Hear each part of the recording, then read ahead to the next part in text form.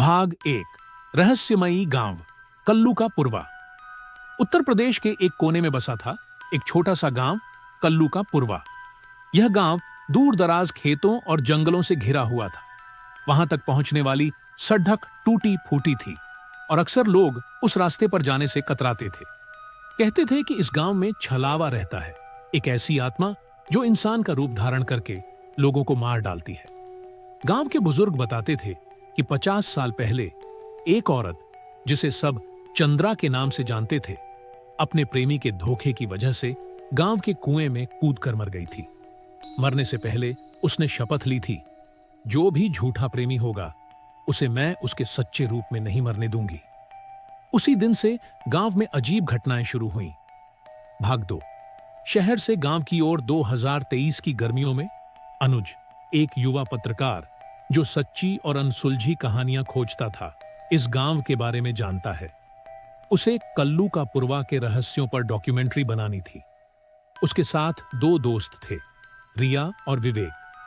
तीनों ने गांव के पास एक पुरानी हवेली में रुकने का फैसला किया जो कभी किसी जमींदार की थी। वहां पहुंचते ही गांव वालों ने उन्हें चेतावनी दी, बाबूजी, रात के बाद हवेली से बाहर मत निकलना, यहां कुछ है जो इंसानों का रूप लेता है। अनुज ने हंसते हुए कहा, अरे दादा, डर की कहानी में ही तो मसाला है। भाग 3। हवेली में पहली रात के 12 बजे जब तीनों हवेली में अपने कैमरे सेट कर रहे थे, तभी विवेक को एक औरत की धीमी सी रोने की आवाज सुनाई दी। वो नीचे के कमरे की ओर बढ़ा। वहां एक सफेद साड़ी में औरत बैठी थी जो अपना चेहरा छुपा रही थी। विवेक ने पूछा, मैडम आप कौन हैं? औरत ने धीरे से कहा, मुझे घर जाना है, मेरा प्रेमी मुझे छोड़कर चला गया। जैसे ही विवेक उसके पास गया, औरत ने अपना चेहरा उठाया। उसकी आंखें पूरी काली थीं और मुंह से खून टपक रहा था। अगले ही पल वो गायब हो गई। विवेक बेहोश हो गया। भाग 4। राज खुलने लगते हैं अगली सुबह। जब गांव के मंदिर के पुजारी से अनुज ने सब बताया तो उन्होंने कहा, तुमने उसे देखा जो हम 50 सालों से झेल रहे हैं, छलावा चंद्रा। पुजारी ने एक पुराना ग्रंथ निकाला जिसमें लिखा था, छलावा सिर्फ तब दिखता है जब कोई प्रेम या धोखे की भावनाओं से गुजर रहा हो। वो इंसान का ही रूप लेता है मगर उसकी परछाई नहीं होती। अनुज ने गौर किया।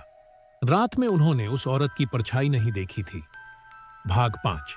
हवेली की तहखाना। अगली रात अनुज और रिया विवेक को अकेला छोड़कर हवेली के तहखाने में जाते हैं, जहां उन्हें पुराने अखबार और तस्वीरें मिलती हैं।